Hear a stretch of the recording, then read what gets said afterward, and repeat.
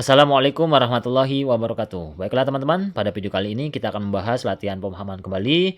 Di sini kita masih membahas di modul 3 teman-teman, kode etik guru, apakah perilaku guru sebagai pendidik perlu diatur? Langsung saja kita apa perlunya kode etik profesi untukku. Latihan pemahaman. Soalnya ternyata hanya satu teman-teman. Alasan mengapa perlu ada kode etik untuk setiap profesi antara lain adalah untuk menjamin integritas dengan membantu memastikan bahwa anggota profesi bertindak dengan jujur, adil, dan bertanggung jawab. Membangun kepercayaan publik dengan menunjukkan komitmen terhadap standar tinggi, mengatur perilaku profesional dengan adanya pedoman, serta untuk melindungi pihak yang dilayani. Sebutkan alasan lain perlunya kode etik profesi. Yang pertama teman-teman, untuk menghindari penyalahgunaan wewenang. Dengan adanya pedoman etika, tindakan yang merugikan atau melanggar aturan dapat dicegah. Jawabannya yang A ya teman-teman ya. Lanjut teman-teman, kita berikutnya. Apa etika dasar yang harus dijunjung guru sebagai pendidik? Apa yang mungkin terjadi apabila tidak ada panduan untuk berperilaku bagi profesi tertentu? Kita garis bawahi apabila tidak ada ya teman-teman ya. Setiap individu memiliki kebebasan untuk mengambil tindakan sesuai dengan prosedur standar yang telah ditetapkan. Yang B, setiap individu memiliki kewenangan untuk menetapkan imbalan yang didapat atas jasanya. Yang C, peluang terjadinya persaingan antara individu dalam profesi yang sama untuk mendapatkan klien sebaik-baiknya. Kurang tepat. Yang D, peluang munculnya konflik baik antara rekan satu profesi maupun dengan pihak-pihak yang menggunakan jasa profesi tersebut. Jawabannya adalah yang D, teman-teman ya. Kita lanjut ke soal yang kedua. Apa tujuan sekolah yang berkaitan dengan nilai-nilai moral sesuai dengan 8 tujuan sekolah yang dirumuskan oleh Dewan Konsultatif Pendidikan di Sekolah pada tahun 1977. A. Membantu anak-anak untuk mengembangkan pemikiran yang hidup dan penuh rasa ingin tahu, memberi mereka kemampuan untuk bertanya dan berargumen secara rasional dan menyikapi semua tugas yang diberikan.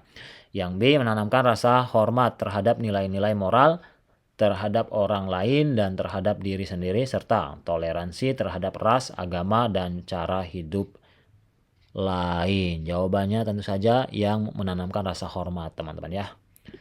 Kita ke nomor 3, apa yang dimaksud dengan prinsip altruisme dalam kode etik guru? Yang A, menghormati hakikat ilmu dan batang tubuh pengetahuan. Hal ini mencakup metodologi bagaimana pengetahuan diperoleh, proses penyelidikan, pembuktian, dan penguji kebenaran. Yang B, membedakan dan menghormati kepentingan orang yang diajar. Hal ini berarti menempatkan kepentingan tersebut di atas kepentingan mereka sendiri. Ya, ini jawabannya yang B, teman-teman ya. Nah, kita lanjut teman-teman. Berikutnya, apa yang dapat aku lakukan sebagai guru? Apa yang menjadi tanggung jawab guru dalam kaitannya dengan ilmu pengetahuan sesuai kode etik guru? Yang A, menghormati keluarga dan keadaan sosial orang yang diajar. Kemudian yang B, melaksanakan dan menerima tanggung jawab atas pengaruh yang mungkin terjadi jangka panjang. Kurang tepat, menghormati dan bekerja sama dengan rekan kerja profesional serta menerima tugas untuk bekerja sama demi kepentingan mereka. Kurang tepat, kesediaan untuk mengakui bahwa seseorang mungkin salah dalam kaitannya dengan pengetahuan dan perilaku. Yang E, menghormati pengetahuan, keterampilan, dan pengalaman profesional dengan tetap mengikuti perkembangan pengetahuan terkini. Jawabannya yang E. Lanjut, soal nomor 2. Apa yang dimaksud dengan prinsip intelektual integrity atau integritas intelektual dalam kode etik guru? Yang A, menghormati dan bekerja sama dengan rekan kerja profesional serta menerima tugas untuk bekerja sama demi kepentingan mereka yang diajar. Kurang tepat, menunjukkan kemandirian berpikir ataupun pikiran dan tindakan termasuk kesediaan untuk mengajarkan materi pelajaran atau menggunakan metode yang tidak populer. Kurang tepat, yang C, menghormati hakikat ilmu dan batang tubuh pengetahuan. Hal ini mencakup metodologi, bagaimana pengetahuan diperoleh, proses penyelidikan, kemudian juga pembuktian dan pengujian kebenaran. Jawabannya yang C, teman-teman. Kita lanjut teman-teman. Untuk mari kita junjung kode etik guru ya. Soalnya ada dua teman-teman ya. Kode etik guru yang tercantum pada pasal 7 huruf G. Permendikbud Ristek nomor 67 tahun 2024 menyebutkan bahwa guru memiliki tanggung jawab terhadap 6 unsur. Apa yang saja unsur yang menjadi tanggung jawab guru? A. Sekolah, peserta didik, rekan profesional, orang tua atau wali peserta didik, masyarakat, dan peraturan perundang-undangan. Kurang tepat. Yang B. Profesi, peserta didik, rekan seprofesi, orang tua atau wali peserta didik, masyarakat, dan peraturan perundang-undangan. Jawabannya yang B, teman-teman. Oke, untuk yang nomor 2, apa tanggung jawab guru terhadap profesi sesuai Permendikbudristek nomor 67 tahun 2024?